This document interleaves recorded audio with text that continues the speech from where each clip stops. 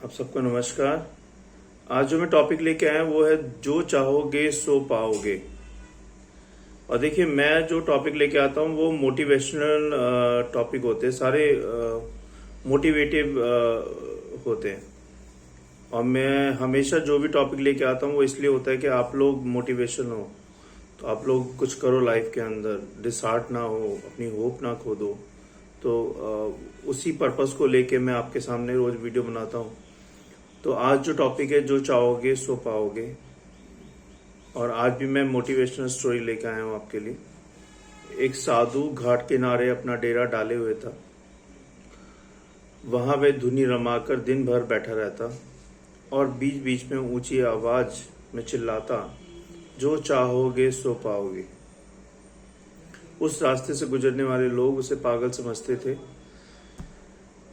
वे उसकी बात सुनकर अनसुना कर देते और जो सुनते वे उस पर हंसते थे।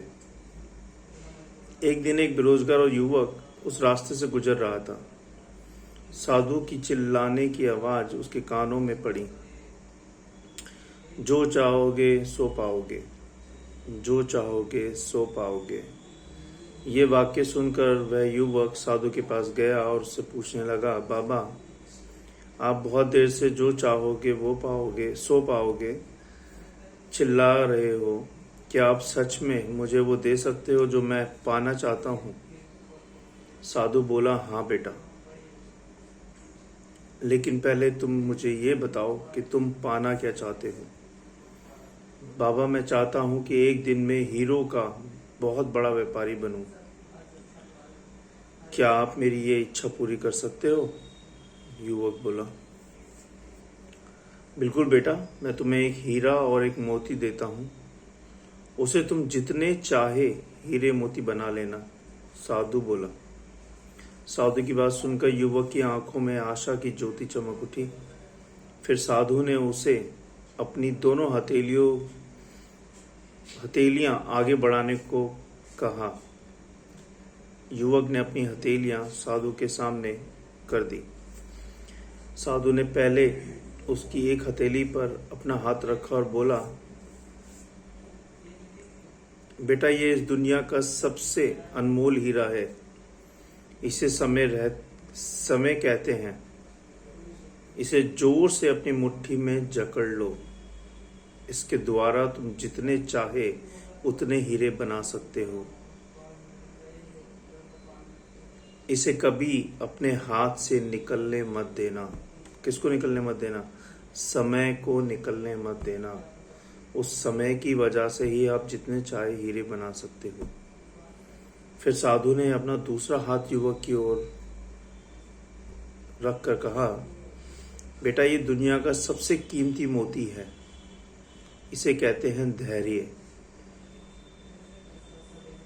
जब किसी कार्य में लगाने के बाद भी अच्छा परिणाम प्राप्त ना हो तो इस धैर्य नामक मोती का धारण कर लेना।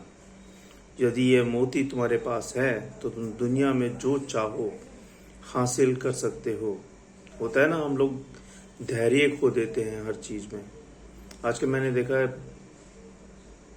ज्यादा का यंग जनरेशन 2 मिनट में सारे काम चाहिए, शॉर्ट पीरियड में सारे काम चाहिए। धैर्य नहीं है, पेशेंस नहीं है, क्विक सर्विस चाहिए। जैसे मैगी 2 मिनट में बन जाती है, ऐसे चाहते हैं वो सारे काम 2 मिनट में हो जाए। धैर्य नहीं है हम लोगों के पास, ज़्यादा का यंग जनरेशन के पास धैर्य नहीं है।